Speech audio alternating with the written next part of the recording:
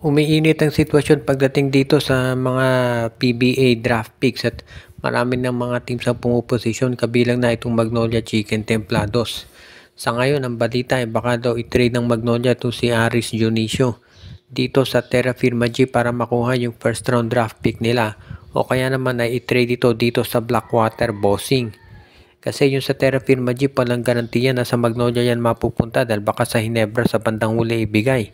So sa ngayon, hindi na ako magtataka talaga kung sakasakali nga na ang mangyari dito, itong si Aris Dionisio i-trade dito sa Blackwater kapalit nung top pick nitong Magnolia or rather, ang mangyayari iti-trade ng Magnolia itong si Aris Dionisio kapalit nung first round draft pick nitong Blackwater Bossing na sa kasalukuyan ay pang number 3.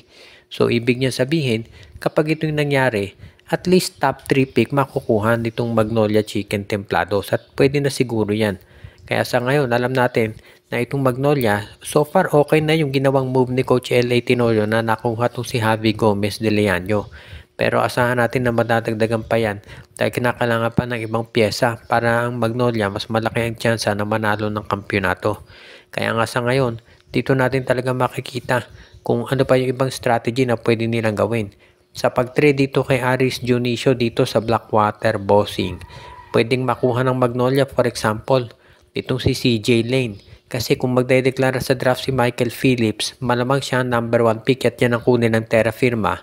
At baka maging number 2 naman dyan ay itong si Remy Martin kung sakaling siya ay mag-declare. Kung hindi mag-declare itong si Martin at hindi sumali, baka ang maging number 2 naman dito sa darating na draft si Will Gozum. So itong si CJ Lane baka bumagsak sa number 3, makukuha yan itong Magnolia Chicken Templados at good news yan sa kanila. Samantala naman itong Magnolia hindi rin sila gumagawa ng mga preparasyon ngayon dahil itong Meralco Bolts ay isa rin doon sa mga teams na nagre-ready na hindi lang dito sa PBA kung hindi maski na dito sa EASL. Kung saan ang balita baka daw 3 import ng kunin itong Meralco. Kasi ang balita ito ang sabi ng EASL ito si Justin Brown hindi import kung hindi naturalized player. So pwede pa silang kumuha ng isa pang import. Tandaan natin ang isa raw doon sa import na kukunin nila itong si Ronde Hollis Jefferson. So kung may Brownlee ka na, may Jefferson ka pa, pwede pa silang kumuha ng isa pang import. Kaya sa tingin ko magiging maganda ang movement na gagawin nitong si Coach Luigi Trillo kung sakasakali. Pero bukod dito, sa pagkuha sa 3 import dito sa East Asia Super League, nagpe-prepare din ng Meralco dito sa darating na PBA season. Ang focus nila syempre dito sa draft at yung paggawa ng mga trades para makapagdagdag ng dito sa kanilang roster. Sa kasalukuyan kasi medyo nakukulangan pa sila sa mga scorer lalo na at hindi pa 100% itong si Alain Maliksi. Kaya asahan natin na medyo magkakaroon ng panibago pang movement itong lineup ng Converge ng Meralco Bolts lalo na sa pagdagdag ng mga players. Dahil hindi naman biro yung gagawing movement nitong Meralco Bolts at syempre pati na ng TNT Tropang Giga na inaasahan ng marami na all out ang gagawin para sila ay maka Grand Slam.